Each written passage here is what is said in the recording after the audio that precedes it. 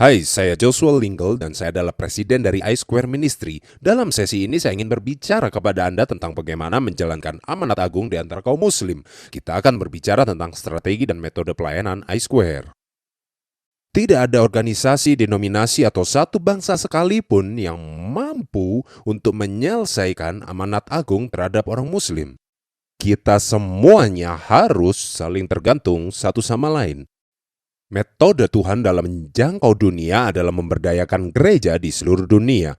Jadi tidak ada satupun yang dapat menyelesaikan misi ini sendirian. Di dalam Kristus hanya ada satu kerajaan Allah dan tentunya satu raja yang memerintahkan saksi-saksinya ke dunia untuk memberitakan Injil ke setiap suku bangsa dan bahasa di dunia.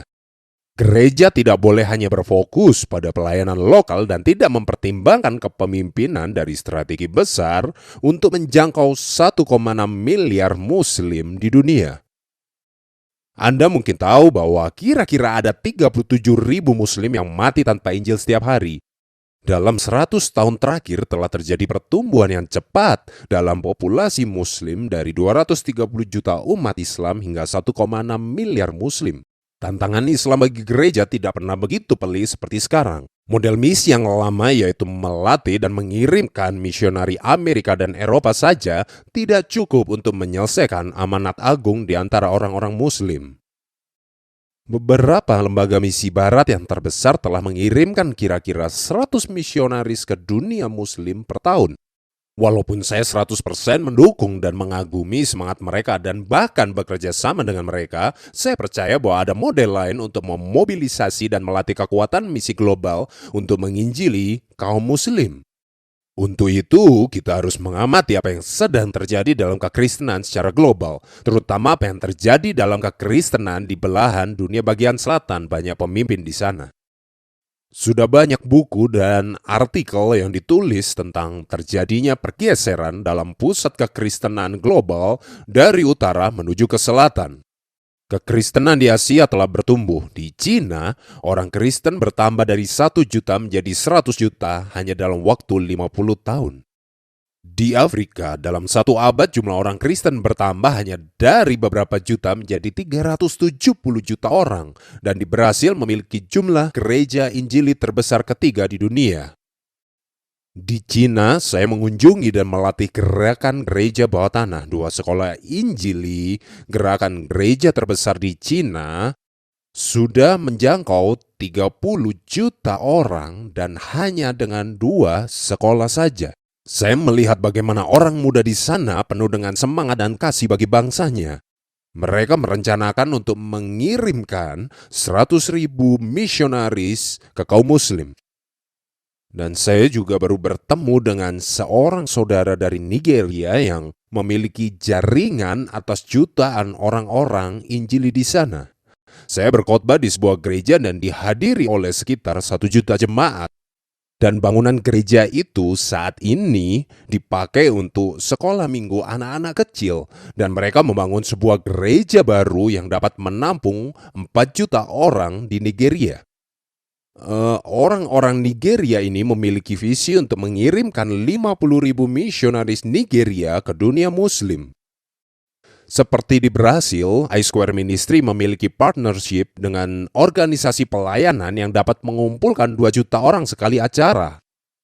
Jadi kami telah melatih ratusan dan ratusan orang Brasil yang telah melayani di dunia muslim saat ini. Dan melalui pertemuan itulah kami berkhotbah dan ingin memobilisasi misionari dari gereja selatan untuk menjangkau dunia muslim. Jadi ada satu hal yang saya sarankan. Kita memerlukan sebuah strategi, yaitu untuk tidak hanya mengirim misionari dari badan misi barat, tetapi juga memberdayakan para pekerja dari seluruh dunia, terutama di bumi bagian selatan. Disinilah tempat untuk menyelesaikan amanat agung, dan saya yakin itu. Sekarang kira-kira ada 150.000 misionari Amerika, dan intinya bukan pada menghentikan misionari Amerika untuk menyebarkan Injil di dunia, tetapi untuk melibatkan setiap orang Kristen yang kepadanya Roh Kudus telah berbicara dan memimpin supaya mereka terlibat dalam menyelesaikan amanat agung. Jadi setiap orang Kristen harus terlibat dalam amanat agung ini. Hal ini berarti bahwa kita perlu mengakui bahwa kita adalah bagian dari kepemimpinan global dan gerakan yang bertumbuh untuk menjangkau Muslim. Orang-orang Asia, Afrika, Amerika Selatan, Amerika, dan Eropa, kita semua perlu bersatu untuk menyelesaikan amanat agung bagi Muslim. Kita harus melatih dan memperlengkapi gereja di seluruh dunia. Karena ini berasal dari negara di bagian selatan dan telah muncul para pemimpin besar, pelayan yang diurapi Tuhan yang memiliki pemuritan yang kuat dan telah menjadi saksi Kristus, dan Roh Kudus juga telah bekerja di antara mereka. Itulah kenapa kita harus fokus pada hal ini. Pada akhirnya strategi Tuhan adalah menyatukan gereja di dunia untuk menyelesaikan amanat agung bagi kaum Muslim. Kita perlu memulai gerakan global ini. Kita harus melakukannya dengan sumber terbaik yang dimiliki gereja, bukan hanya dalam satu denominasi tetapi secara transdenominasi dan global. Gereja di selatan memiliki semangat, sumber daya manusia yang siap dimobilisasi. Dan gereja utara dan barat memiliki sumber-sumber untuk memberdayakan dan menyelesaikan misi ini. Sekali lagi, setiap orang harus terlibat mengenapi amanat agung ini. Kita juga perlu menyatukan gereja di dunia. Ini bukan masalah satu bangsa, tetapi ini adalah tentang Roh Kudus, karunia, dan visi yang diberikan untuk menyelesaikan misi ini, dan kita harus taat. Saya percaya kita semua setuju bahwa misi global ini perlu kerjasama dari semua gereja di dunia. Tetapi saya menemukan masih ada pertanyaan tentang pentingnya pelatihan menyeluruh bagi para misionari, terutama di bidang apologetika, teologi, studi lintas budaya, polemik, studi Alkitab, dan sebagainya. Alasan mengapa kita perlu memberikan pelatihan Alkitab dan apologetika yang solid di samping penginjilan tradisional adalah kebangkitan Islam. Saat ini dunia Islam tidak hanya tumbuh dalam populasi, tetapi juga terdapat jumlah Muslim radikal yang meningkat. Saat ini ada 300 juta Muslim radikal di dunia. Saya telah menginjili beberapa masjid paling radikal di seluruh dunia, dan akhirnya saya menemukan bahwa banyak Muslim KTP berubah menjadi radikal dalam praktek Islam ortodoks melalui dua proses, yaitu pelatihan dan pendanaan. Beberapa contoh terbaik dari proses ini dapat ditemukan di Pakistan. Di sana Muslim radikal telah mendirikan madrasah, yaitu sekolah khusus Islam yang diantaranya ada 30.000 sekolah khusus, dan mengajarkan umat Islam bagaimana menjadi Muslim yang baik. Madrasah mendidik anak-anak ini dari usia 9 sampai 11 hingga 30 tahun tentang bagaimana mereka harus tunduk kepada syariah. Dan mereka juga belajar tentang semua ini, aliran syariah di sekolah ini.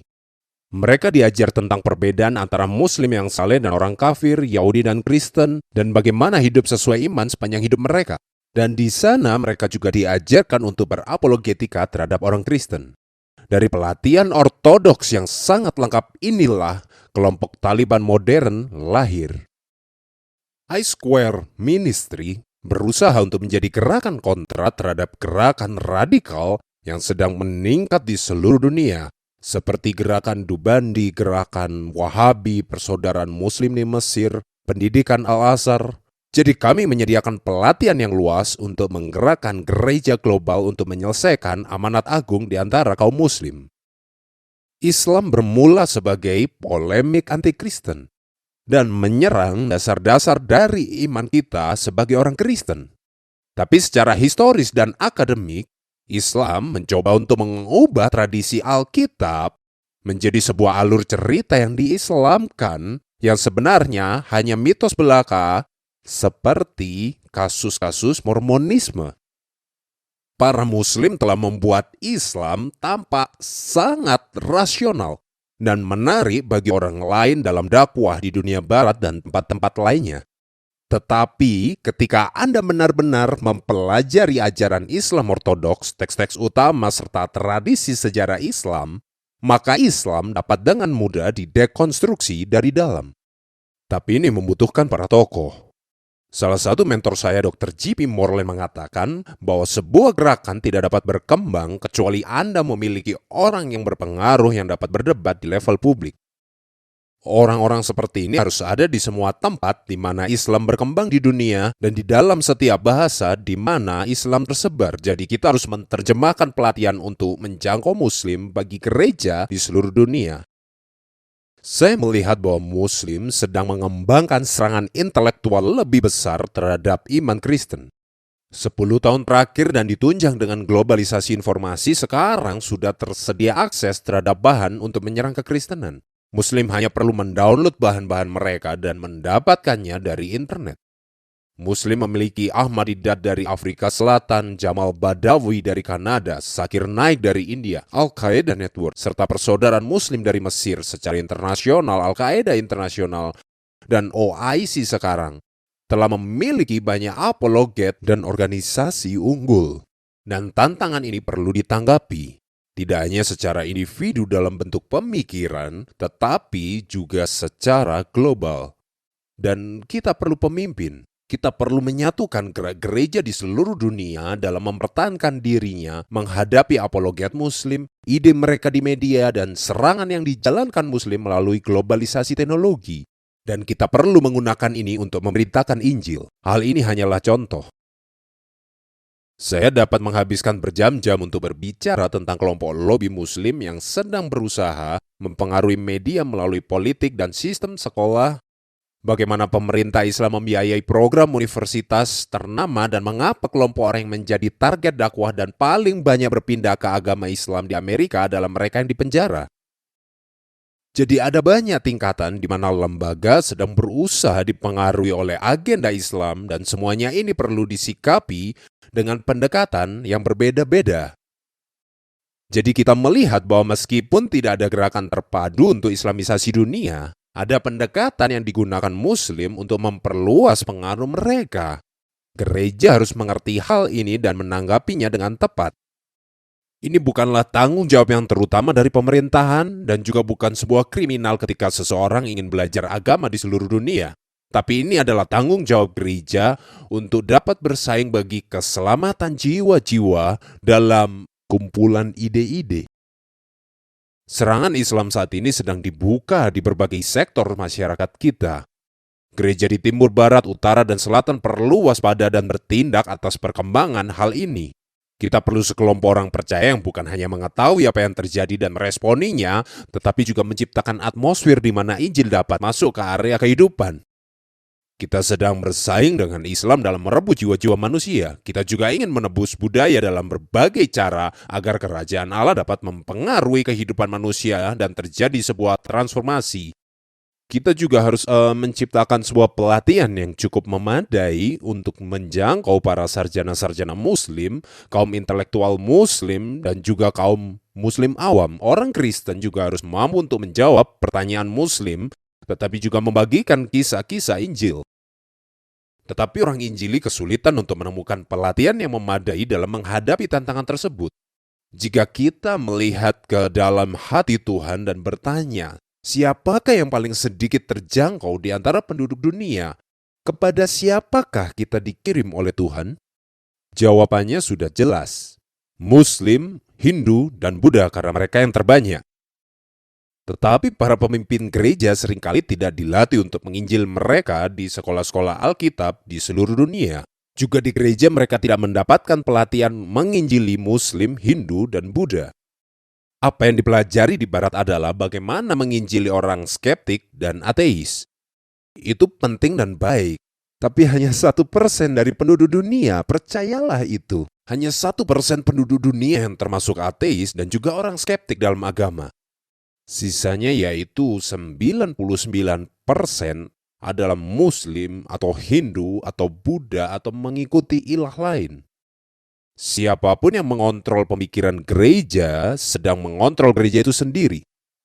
Jika pendeta dan pemimpin gereja tidak diajarkan tentang kelompok yang paling jarang dijangkau di dunia, mereka tidak akan memiliki hati untuk mereka dan jemaatnya pun tidak akan memiliki motivasi untuk terlibat. Secara menyedihkan di Eropa, kita telah melihat kemerosotan kekristenan. Hal ini karena gereja Eropa tidak menghadapi wawasan dunia yang menjadi pesaing kekristenan.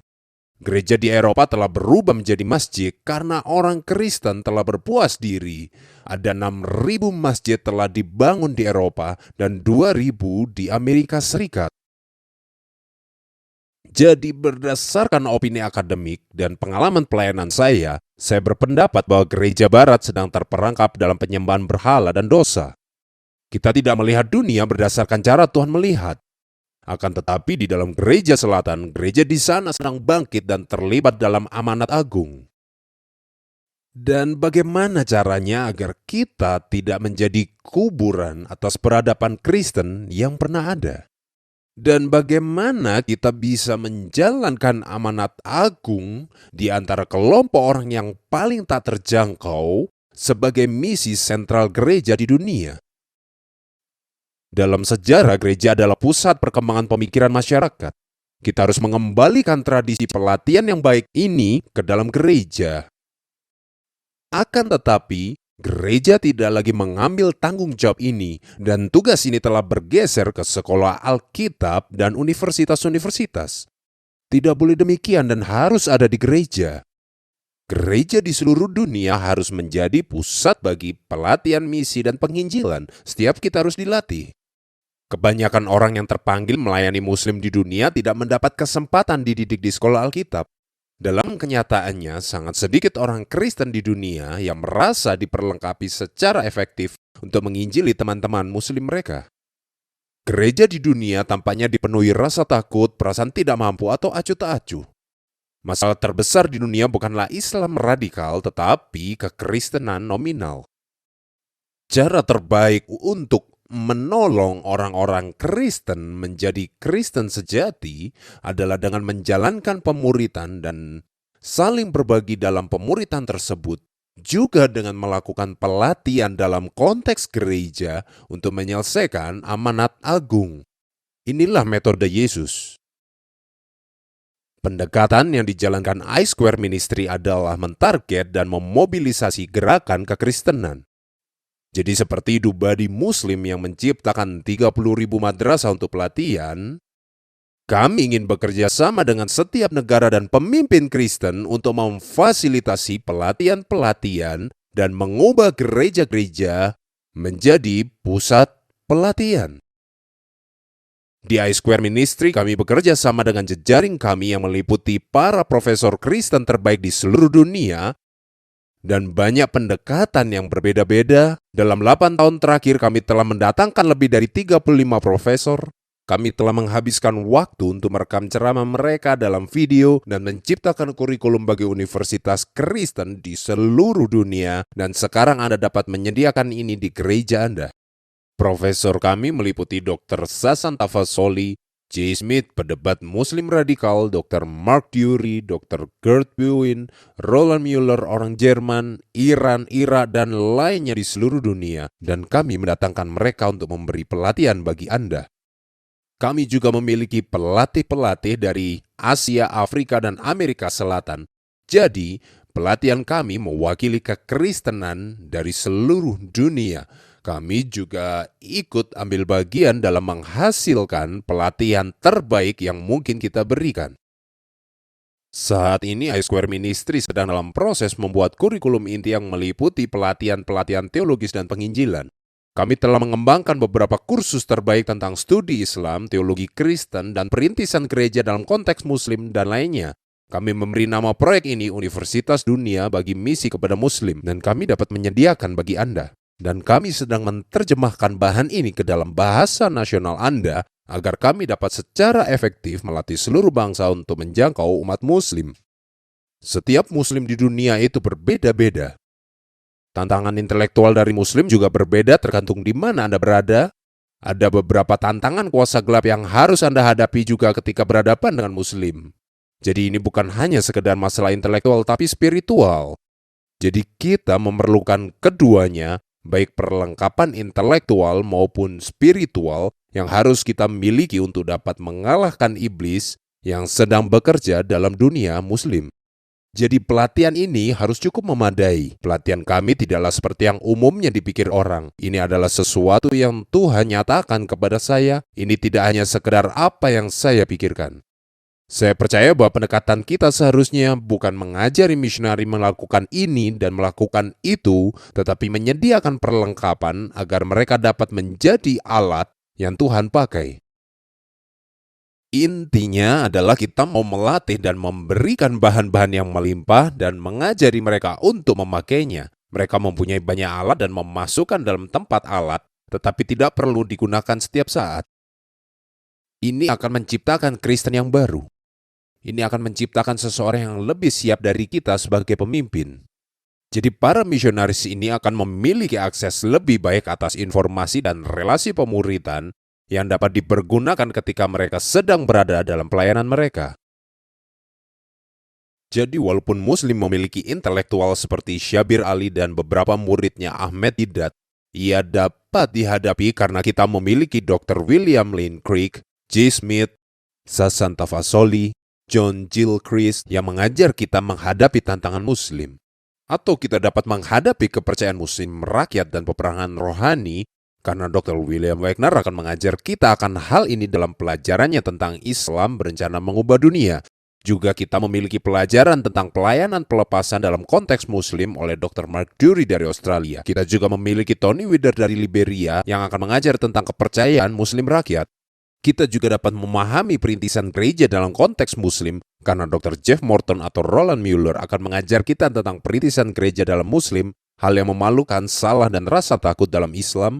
Jadi ada banyak isu yang akan kita bicarakan, tetapi ketika isu-isu ini berubah, kita akan melanjutkan dengan membuka kelas baru yang dapat membawa pelatihan ini ke dalam bentuk video dalam bahasa dunia yang dipakai orang Kristen dan Muslim di dunia.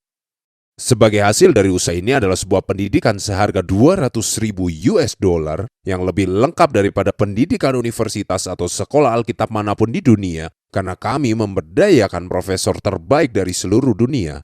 Dan kami ingin agar pelatihan ini menjadi pernyataan terbaik dari gereja sedunia dan menyebarkannya ke seluruh dunia. Dan usaha ini bukan hanya menjadi gerakan perlawanan terhadap dunia Muslim dan Muslim radikal, tetapi juga Muslim KTP dan Muslim sinkretis di dunia. Untuk melakukan hal ini, kita memanfaatkan teknologi. Kita bahkan dapat melakukan hal yang lebih daripada Muslim dan membuat pelatihan ini dapat terjangkau oleh setiap orang Kristen. Tidak ada yang perlu mengeluarkan biaya besar untuk mendapatkan pelatihan ini. Kami ingin membuat pelatihan ini terjangkau oleh setiap gereja dan setiap orang Kristen di seluruh dunia, supaya setiap orang Kristen dapat dilatih untuk menyelesaikan amanat agung di antara kaum Muslim. Silakan mengontak kami sehingga kami dapat bekerja dengan Anda dan Anda dapat menerima pelatihan ini di gereja Anda.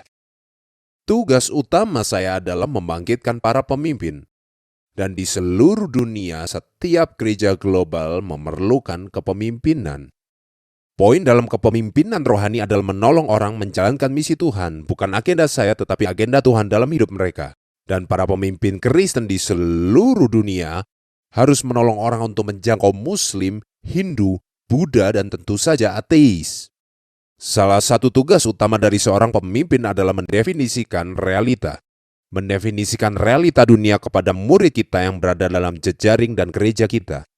Mari kita tolong mereka melihat lebih baik. Roh Kudus telah memimpin dan mengarahkan saya agar berfokus pada kelompok Kristen terbesar. Orang-orang Kristen yang kami latih ini akan menginjili Muslim di seluruh dunia. Solusi terhadap Islam global adalah gereja global.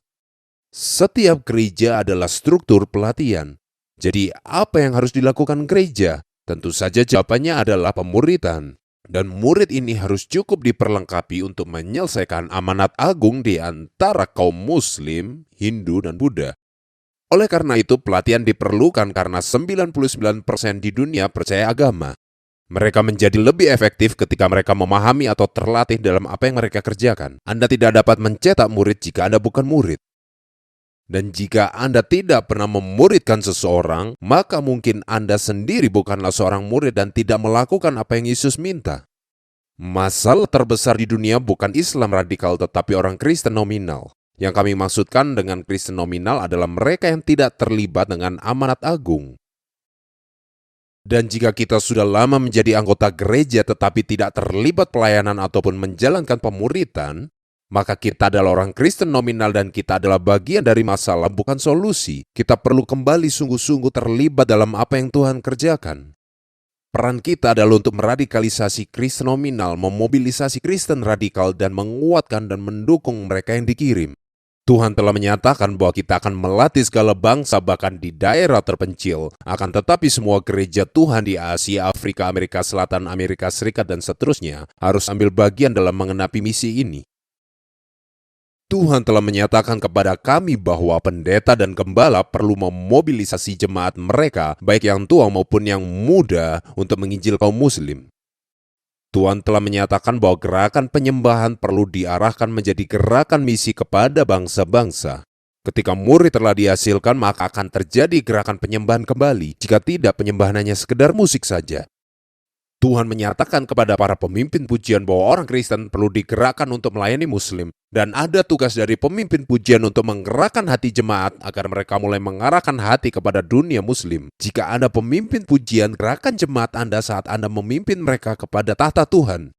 Dengan tidak pergi langsung ke dunia Muslim, tetapi melatih gereja-gereja, kami memobilisasi dan memperlengkapi orang Kristen untuk dapat menjalankan amanat agung kepada kaum Muslim. Dan jika kita tidak melatih orang-orang Kristen, maka kita tidak akan memiliki penginjil dan misionaris yang cukup untuk menuai. Jika Anda memiliki 1,6 miliar Muslim, maka Anda juga perlu 1 miliar orang Kristen untuk pergi dan menjangkau mereka. Berapa banyak orang yang melakukan ini? Jika Anda pemimpin, berapa banyak uang yang kita kumpulkan untuk membiayai misionari menjalankan misi ini? Muslim telah dibiayai sekitar 70-80 juta dolar Amerika untuk menjalankan dakwah dari Arab Saudi kepada dunia Barat. Terdapat 57 negara Islam yang mendukung gerakan Islam global ini. Uang yang dikeluarkan Southern Baptist dalam 1 tahun, Arab Saudi menghabiskannya hanya 3 hari. Tidak ada satu negara Kristen di dunia yang mendukung gereja global dalam amanat agung. Jadi setiap dari kita, yaitu berbagai bangsa, harus selalu ambil bagian dalam menyelesaikan amanat agung ini, dan kemudian setiap gereja akan dilibatkan. Kita perlu pendidikan, kita perlu uang dan lembaga untuk bersaing dengan Islam global. Selain bekerja sama dengan gereja, kita perlu melatih para misionari dan mendukung mereka dalam pelayanan. Mungkin untuk setiap 10 atau 12 orang di gereja Anda dapat melatih 1 orang untuk pergi menjadi misionari. Saya percaya masih banyak yang bisa kita lakukan. Saya percaya bahwa Tuhan telah menyediakan pendanaan bagi gereja Injili, dan melalui gereja-gereja di barat dan di timur, dari utara dan di selatan, kita memiliki tanggung jawab untuk memastikan pendanaan yang cukup dalam rangka mendukung gereja global untuk menyelesaikan misi dengan Islam. Sekali lagi, mungkin untuk setiap 12 orang, jemaat dapat bertanggung jawab kebutuhan relasi, keuangan, dan doa bagi para misionari yang sedang dikirim ke Asia dan Afrika dan menginjili dunia Muslim. Saya percaya alasan mengapa ekonomi sedang tumbuh di selatan adalah agar kita bisa menyelesaikan amanat agung. Kita juga perlu menggunakan semua keuangan gereja. Tidak hanya perpuluhan saja, tetapi juga tabungan dan bangunan kita perlu pakai untuk pekerjaan misi. Apapun yang kita miliki dapat kita pakai untuk membiayai misi Tuhan di dalam dunia ini. Disitulah dana dibutuhkan. Kesimpulannya, telah terjadi kekosongan besar dalam memperlengkapi gereja dunia untuk mengatasi beberapa pertempuran ideologi dan spiritual. Namun saya melihat bahwa strategi yang dipimpin Roh Kudus yang kita bicarakan, kekosongan ini mungkin dapat kita penuhi dengan mempertimbangkan strategi-strategi ke depan. Dalam istilah pelayanan saya, ini semua adalah upaya untuk menyatukan dan memberdayakan gereja global demi penginjilan kepada Muslim.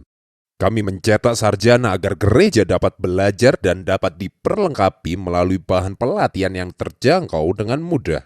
Intinya adalah supaya Tuhan dapat menggunakan gereja barat dan selatan sebagai kawan sekerja.